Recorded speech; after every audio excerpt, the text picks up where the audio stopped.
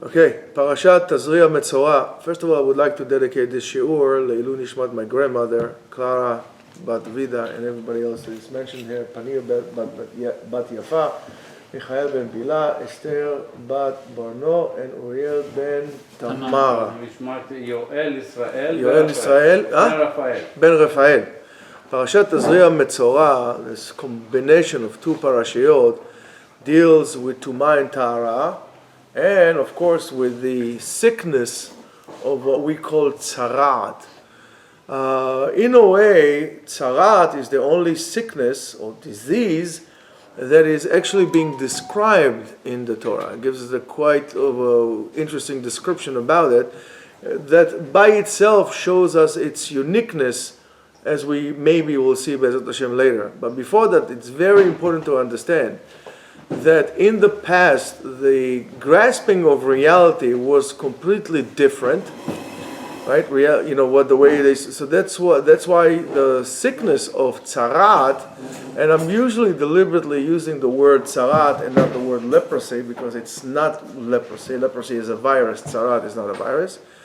Has really a completely different character that, as we said today, when we refer to leprosy.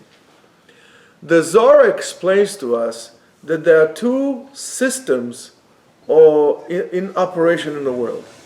Tum'ah and there is Tahara, purity and impurity. These are systems that operate in the world.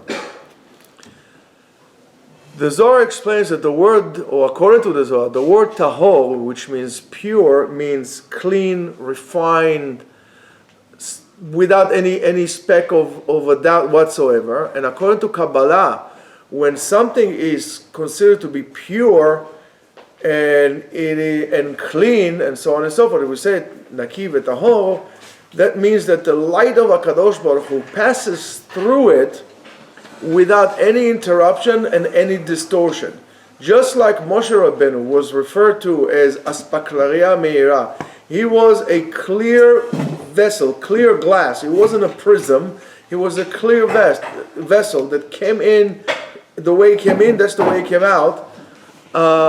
Just the opposite from what we call something that is filthy or dirty. Now, the word tameh in Hebrew is the same letters of atum. Atum means sealed or opaque, that in a way prevents the light from going through it or simply distorts the light. But really, atum means sealed, concealed, that the light goes through. The Zohar teaches us that in the beginning, everything was created pure. The beginning of all beginning is, of course, the machshava, the thought of creation, and the thought of creation is what we call lehetiv labruim, to do well, to do good with creation itself by HaKadosh Baruch Hu. However, after that goodness spread out to no end, right? We, as creation, also had this notion, was this feeling that we want to create as well. Because of that, there had to be boundaries. The boundary has to be set in place, and that boundary is what we call makom choshech, a place of darkness, that from this darkness, we are able to create light and feel that we are creating or creators as well. So darkness was created for us to come out. That's in a way similar to what actually you said, that from something that it's rotten, something good comes out. In physics, it's very interesting, because in physics you have a simple system creates a complex system that creates a simple system that creates a complex system. Things need to be broken in order to be fixed. So that's similar to what we have in here. And when this happened, a new system was introduced, and that's called the system or the apparatus of tum'ah, of impurity. Of course, if we're going to change the letters from tum'ah, we're going to get atumah, which means sealed and concealed, which is a sealed system that light cannot penetrate through it. If you want an example of tum'ah, look at the words of President Trump today when he was talking about the people when he spoke to the captives that came back from Gaza. He couldn't believe that through the 500 days that some of those people were there, no one ever showed them one act of kindness, not even offered them a piece of extra bread. That is tum'ah, that is impurity. So those two systems really are intermingled with each other, in our world. And our job in this world is really to select and separate, as the Ari says, all the time, to do what we call borer, between tumah and tahara, between good and bad. All the time. Our job, that's what we came. If you want to know what's the purpose of man, according to the Ari, is to separate between good and bad. Shabbat, that represents me'en ha'olam haba. Shabbat represents the other world where time does not exist and so on and so forth, right? It's like the olam haba. That berur is not needed to be done. Why? Because Shabbat is all good. So that's why we can do the melacha of borah, of selection, of separating on Shabbat as well.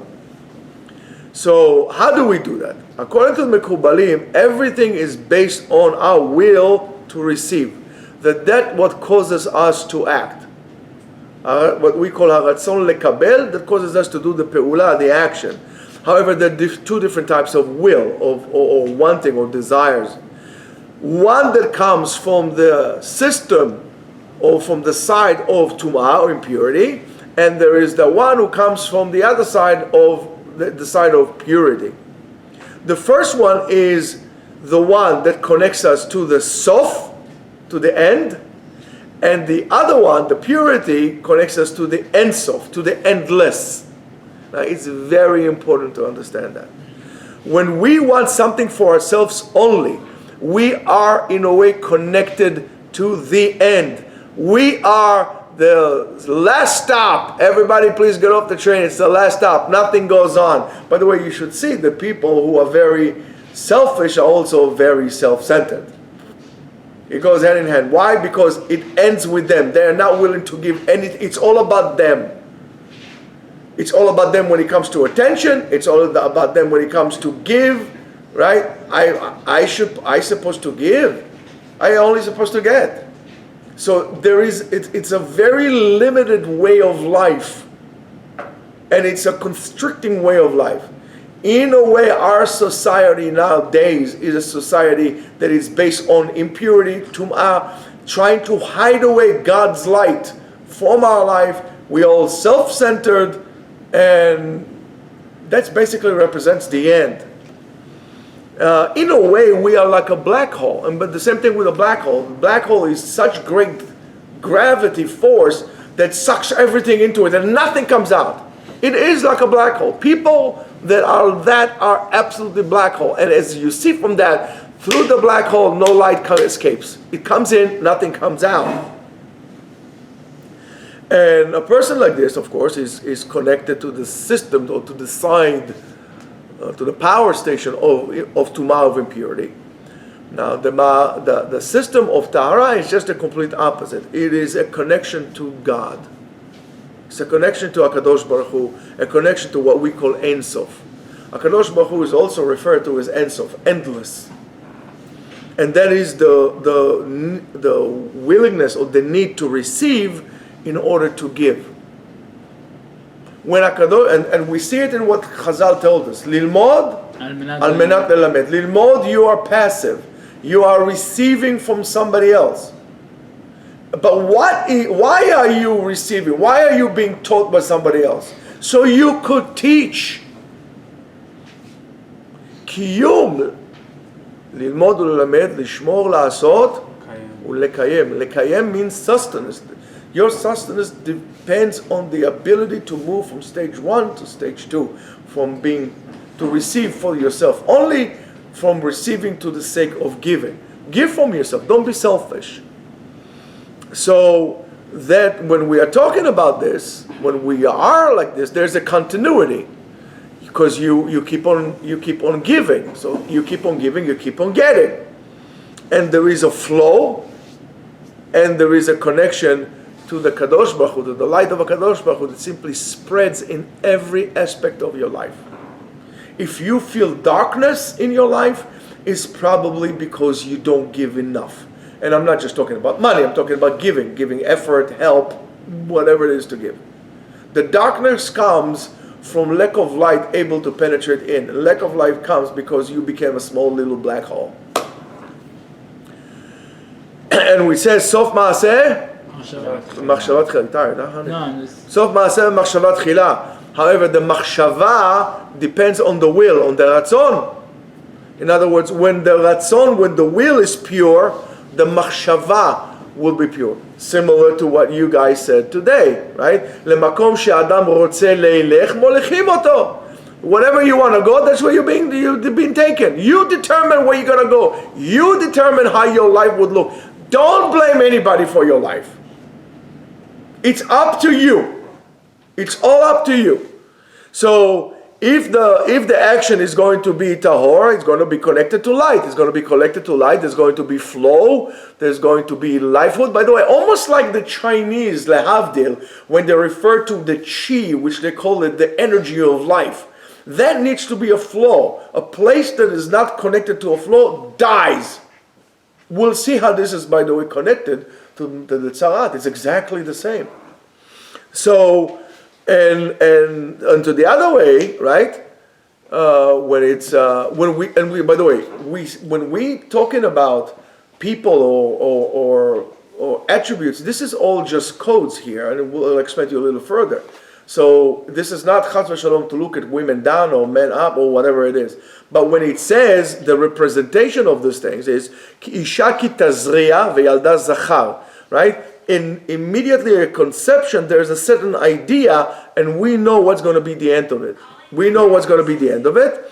If it's going to be zachar, right? If it's going to be male, right? And in the universe, there are two different forces. There is a feminine force, and there's a representation. It's a representation of feminine and masculine. The zachar is the power that is able to be mashpia, to give, and the nekava is the one who receives. She's the one who receiving.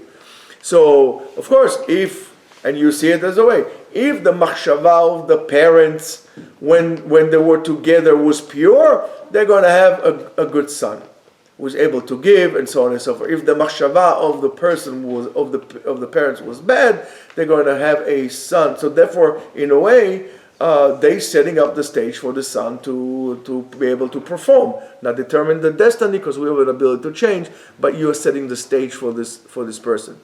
That's why the issues of Tumah and Tahara are not just a theological matter, but even more so a matter of awareness.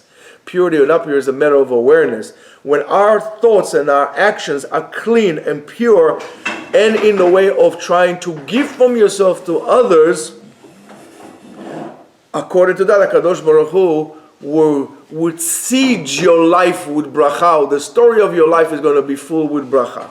We have the free choice on which way we're going to go. We have the free choice of what we're going to think. What we're going to think, pure or impure, good or bad, selfish or not selfish. Every way has its own story of life that would fit it. You just need to choose where you're going to go. If it's already determined that if you're going to go here, that's where you're going to go, and if you're going to go there, that's where you're going to go. That's already determined. The free choice comes to you when you decide where you're going to go. In that, God Himself doesn't intervene. You want to go. You want to go there, Tishma. If you're going to go there, this will happen to you. A, B, and C, and that will be the result. And the other way around. 1 would lead to 2, would lead to 3. Now where are you going to go? Do you remember the blue pill and the red pill, the matrix? You're going to be a red pill or blue pill? What do you want to take? From that point on, it's already a very difficult story. It's a very different story. Once you decide to take the red pill or the blue pill, to go into the right, to go into the left, that's already jumping. It's like going on a highway, right? Once you go into or commit yourself to go into the highway, if you want to go to the other side, that's already a story. Sometimes you can drive like tens of miles until you'll be able to go to an exit, and then who knows when you're going to be able to go back. So you better think very carefully on which highway you decide to go with your life. As a rule, as I explained to you before, diseases and sickness is a result of interruption of the energy balance that the person has inside of him. There's a certain energy that you create, certain environment that you create. So when you disturb this equilibrium, then you become sick. Tzarat of back then had few stages. It didn't happen just like all of a sudden. It was developing. At the beginning, a person would have a spiritual blemish. He would fall in spirituality. Something, silly like, why do I have to keep 2 days in Chutz La'aretz?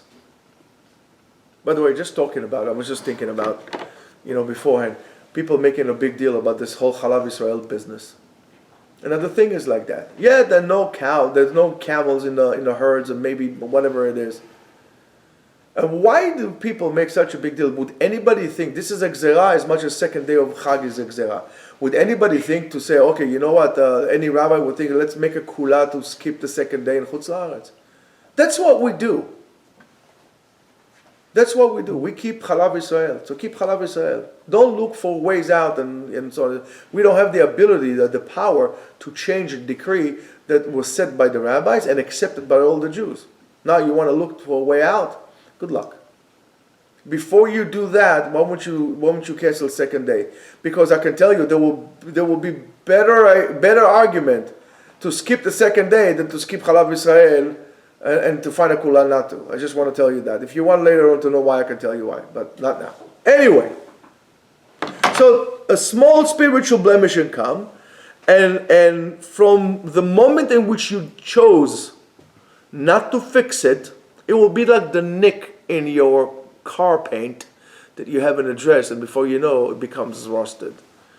That develops into an emotional sickness that would lead, if wasn't dealt appropriately, to a physical, a materialistic, real physical sickness or disease. Same thing here. If the Kohen found that the person became sick with tzarat, he would declare him to be tameh. Tameh, in other words, that person sealed himself from HaKadosh Baruch Hu light, sealed himself from the flow of the light of HaKadosh Baruch Hu. That's why he became sick. That vital energy, that life energy that comes from HaKadosh Baruch Hu, that light, does not flow to you. And because of that, you became sick. That's the darkness you have, right? And what happens to a person like this? We say, Badad Yishev B'machane. Right? It goes outside of the camp, and you sit by yourself, by alone. And then why you sit alone? Because you need to do the cheshbon nefesh. You need to do the accounting. The what? Self-accounting. Self-accounting. I call it self-debriefing. Of what have I done to get into this situation? Sit outside and do that. In a way, we are not so healthy nowadays. That's why we have the Omer to listen and to the inner voice inside and to analyze what have we done wrong to lead us to the spot that we're at, and how can we fix it? That's why we don't have music. And so people that have a problem with listening to music are simply missing that opportunity. Most likely we're never going to even not only fix it, but dwell into how to fix this problem and to come out of the situation that we're at. The Zohar explains that the person is a Metzora, right? It says Motzi Shemra, Metzora, Motzi Shemra. He speaks bad, he slanders other people. And for that, the Zohar explains to us the story of course, on Gan Eden. It says that the snake spoke Lashon Hara. He spoke slander in the ears of the woman, of Eve. And because of that, he caused her to eat from the tree, from Etz Hadat, the tree of knowledge.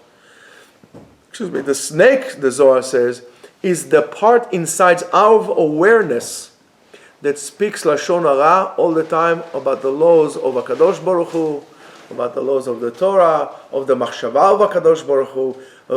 His job is to really slowly take us out of the path, slowly divert us until we go into the ditch and we roll over. And that's exactly what it is. That's what he tries to tell us all the time. And one of the, call it reincarnation of the snake, is basically the Yetzer Hara. That's inside each and every one. Of course, always represented by Amalek, and that we need to eradicate that idea behind us. We're not talking sometimes about specific things, but rather about concepts and forces that apply and play with our lives all the time. As I told you before, all the stories in the Torah, in the Tanakh, those heroes that we have here, or those figures that we have here, are not always figures, but rather ideas or code names for something greater that is happening in the upper worlds as well. Whether it's Adam, whether it's Eve, or the snake, or Etz Hadat, the tree of knowledge, the tree of life, and so on and so forth. These, in a way, are codes of energy that or frequency of energy that really exists in the upper world and come down to our world. So therefore, when we're talking about a woman, about Isha and Eve, right, which is a female, we're talking about a side inside of us that wants to receive, and Adam is a side of us that wants to give. In a way, we all have, even if you're a man, you have the X and Y chromosomes, right? And those things, attributes that exist in all of us. Maybe in a way, that's why to a certain point, we were all at one point both male and a female, and then we whatever happens over there, we became who we became. The sin of Gan Eden, the chet of the Garden of Eden, started from the woman, right? To teach us that the more the person becomes selfish and does only things for himself, or even his family, only for himself, he has a greater conversation with the snake, with the Yetzer Hara. Why? Because listening to the Yetzer Hara or to the snake, is the mother of all sins and all failures. And that success depends on our spiritual work, right? If we are in the stage of giving to our society, or we are in the stage of giving to ourselves. That's why, for me, it's very sad that this argument in Israel is happening now, that people are not willing to. By the way, I just want to tell you something. In 1948, most of, if not all, the Haredim in Eretz Israel went to war. I just want to let you know that. People were fighting, people were willing to contribute. That selfishness does not skip us if we are Shomer Torah Mitzvot. It exists within us. Right now, Israel, and I'm going to tell you, it's in a very difficult situation.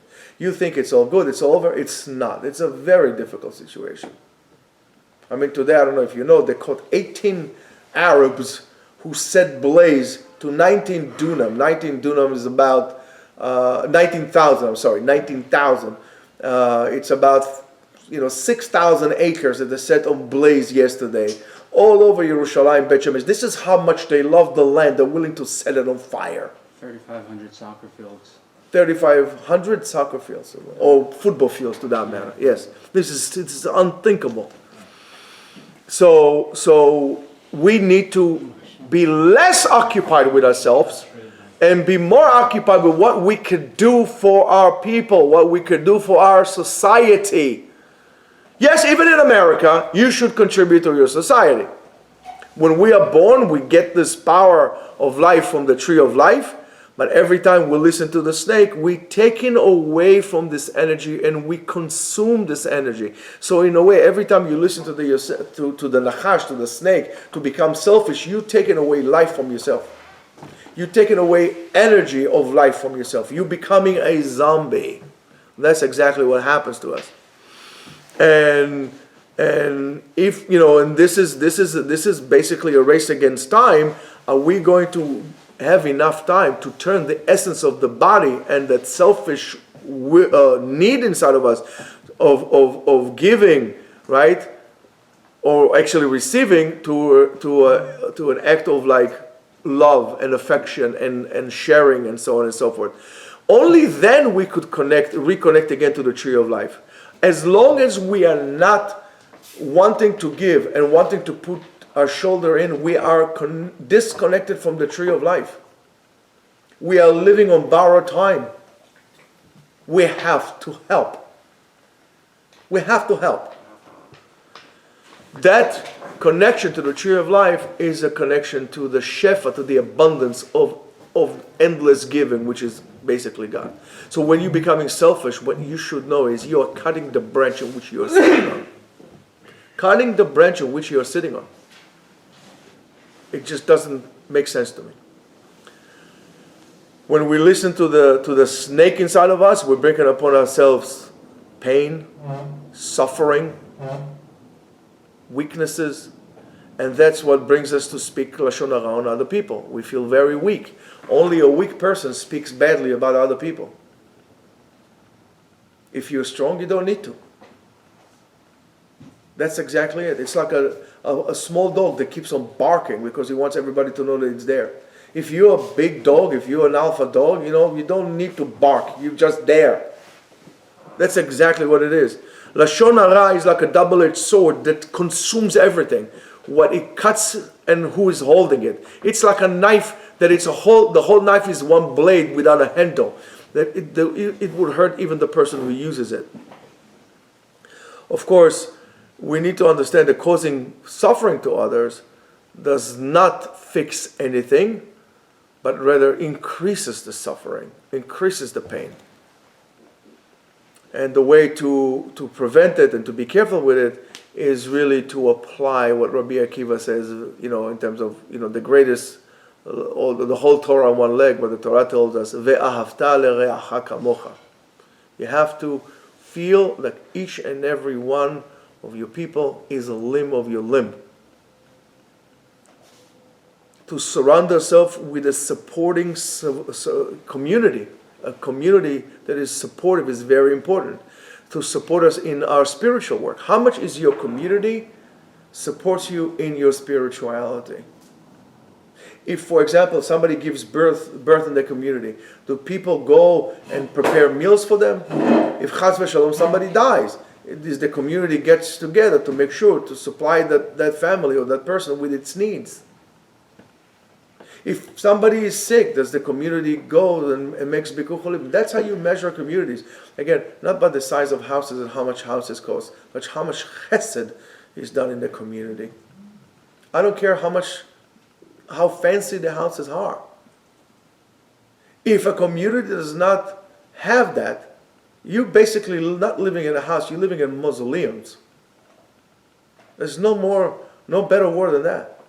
You need to think about it very carefully and examine the community in which you live in. And when that community is going to be supportive and around us, that's going to be a substitute, or not a substitute, but almost like a sub for the Kohen that purified us beforehand. The Kohen that comes says this person is tahor or tameh. How? Because it's going to warn us every time we're going to go off the path. The community is going to be there creating the boundaries so we won't fall off the path. It's very important to do this, Rabotai. It's very important and if you don't have it in place, well, it's about time you do it. That's why it's good to move to neighborhoods that have a lot of young children who are being born, so you can actually what? Have chesed.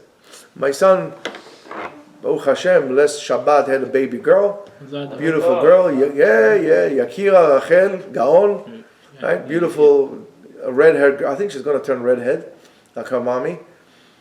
And I asked him, I said, listen, do you need anything? Because they moved to Jersey. I said, do you need anything? He says, Abba, you have no idea. We are set. Neighbors, friends are giving us food constantly, meals and meals and meals. I said, okay, how about Shabbat? Do you think we're set? People we don't want to do more. I said, that's a good community. That's how it should be. I remember when in my neighborhood, when my wife was having kids, I didn't have to cook anything. I like to cook, but everything. It's just amazing. Is this done in your community? If yes, good. If not, move out or make it happen. Now I want to tell you, yesterday or today, I already lost count because they changed the schedule. In Israel was Yom Ha'atzmaut. Now you know what I feel about these things. My Jewish Independence Day already happened, and that happened in Pesach. However, I came across an interview that they did with 3 commanders of of Israeli commando units, Duvdevan, Maglan, and Sayeret Egoz. And they ask him a question. Do we have any reason to actually fly the flag nowadays? And that's what the answer I'm going to tell you. The commander of the Duvdevan unit says the following. It is a factual thing that Am Yisrael could wave the flag high after they tried to eradicate us in recent history for the second time. He says, don't be wrong. The Hamas did not plan to stop in what we call the Otef Aza, in those areas of Gaza. That wasn't their plan. I don't know if you know, the plan was to go to Beersheba and to go to further into Israel. And it was just like unbelievable. And if Hezbollah would have joined the game, we will have a totally different scenario here whatsoever.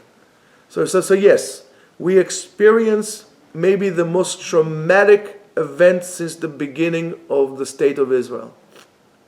But the flag could fly high in Be'eri, in Kfar Aza, in Nachal Oz, and nobody is planning to rest. It does not make a difference what price we will pay, and we are paying the price. Only so life could continue.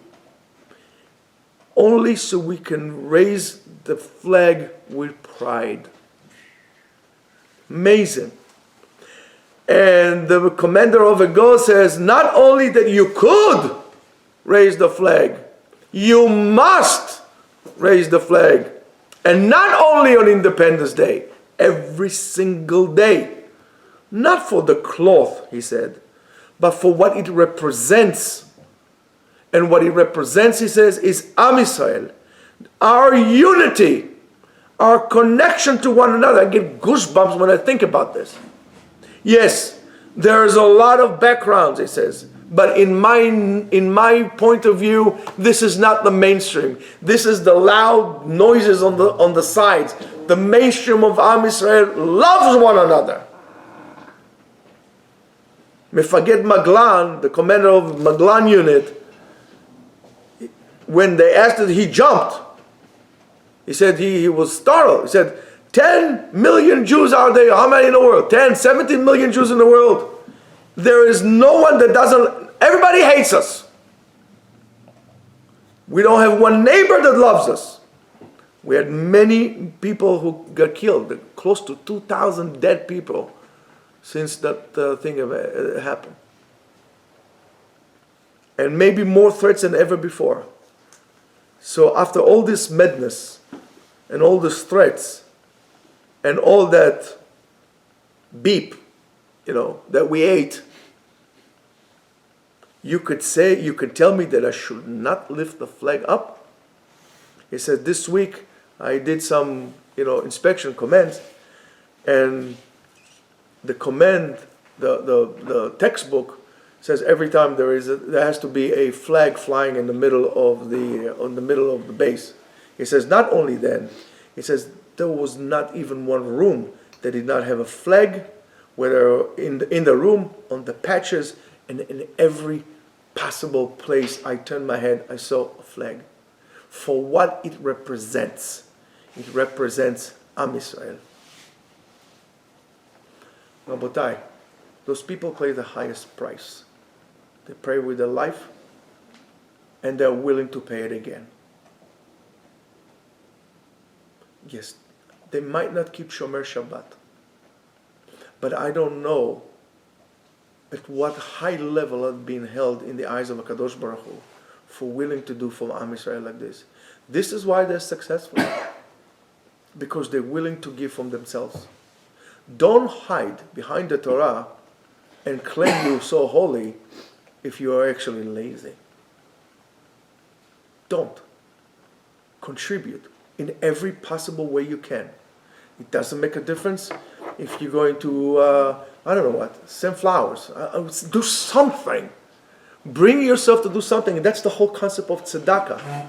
To give something from yourself. To learn to reach to the pocket and give out. Rabotai, we have a wonderful people. Our nation is a wonderful nation.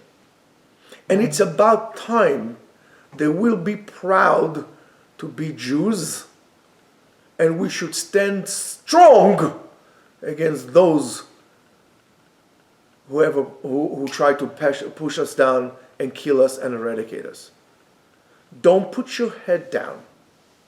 Put your head up. Walk hand in hand. Help one another, and nobody will bother you. They only bother you because you feel weak. Don't feel weak. And if you don't know how, it's very simple. Be united. Love every Jew out there for where he is and what he is. Don't judge. Don't put people in compartments. Love people. Understand that these are your people. Shabbat Shalom.